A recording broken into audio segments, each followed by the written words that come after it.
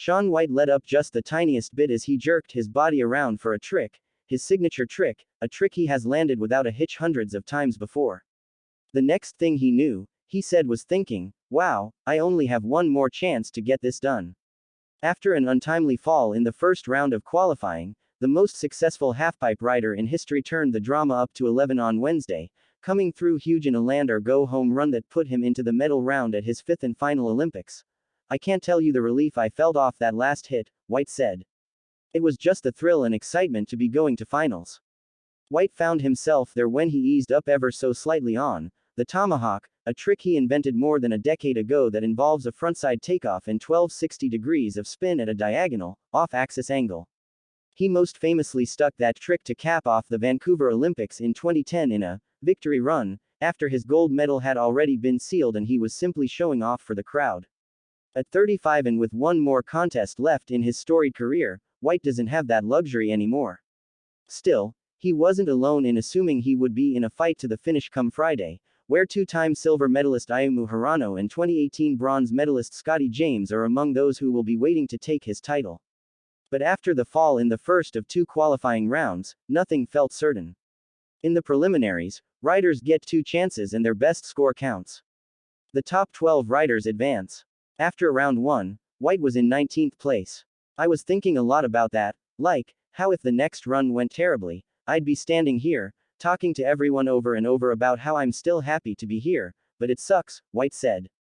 I'm so thankful I'm not living that right now.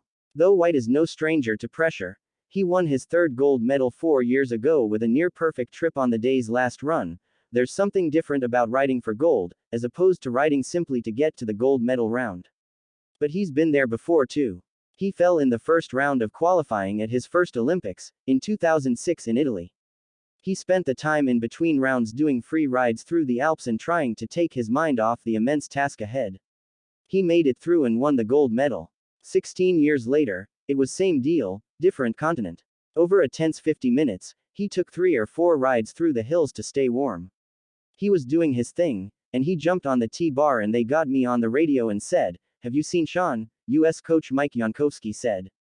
I said, "He'll be there in just a moment." He literally slid right into the start gate and just dropped. It worked out great. The second run was smooth as silk. A pair of double cork 1080s to start, his famed comma-shaped sky hook in the middle, the tomahawk and another double cork 1260 to cap it off.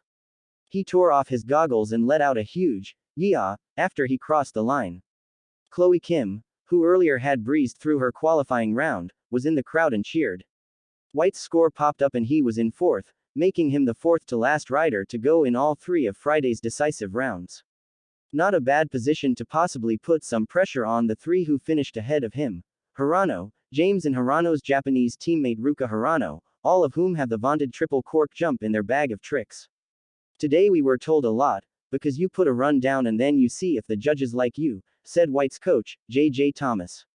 He got 4th place with what, for him, is kind of a conservative run.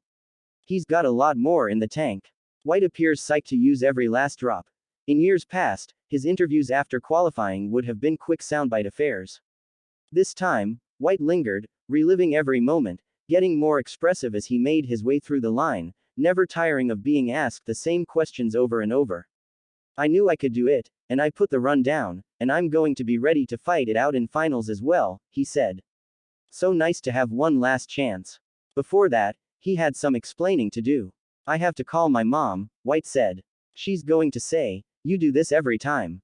The winners in the team figure skating competition at the Beijing Olympics still have not received their medals, with reports saying the delay has been caused by a positive drug test from one member of the gold-winning Russian team. The ceremony to award the Russian team the gold medals, the United States silver and Japan bronze, was pulled from its scheduled slot late Tuesday. The International Olympic Committee said Wednesday that legal issues were holding up the presentation. Reporters asked the Kremlin about the issue Wednesday amid speculation that the gold medals won by 6 Russian skaters could be at risk. Let's, for the sake of understanding, wait for some explanations either from our sports officials or from the IOC, Kremlin spokesman Dmitry Peskov said. IOC spokesman Mark Adams earlier cited legal consultation required with the governing body of skating. Details of the case were not specified. "We have athletes that have won medals involved," Adams said at the Daily News briefing. The team event was contested over 3 days between Friday and Monday and included 2 elements in each of men's, women's, pairs and ice dance categories. The standout performance was 15-year-old Russian skater Kamila Valieva becoming the first female skater to land a quad jump at an Olympics. American Vincent Zhou tested positive for COVID-19 after his free skate Sunday. If any athlete and team were disqualified or had their results nullified, an appeal would likely follow, which could further delay the medal's presentation. The Court of Arbitration for Sport has set up an office in Beijing to hear urgent cases during the Winter Games. Some skaters in the men's competition are due to finish their events Thursday and leave China soon after. Everyone is doing absolutely everything that the situation can be resolved as soon as possible, Adams said, though he cautioned, as you know, legal issues can sometimes drag on.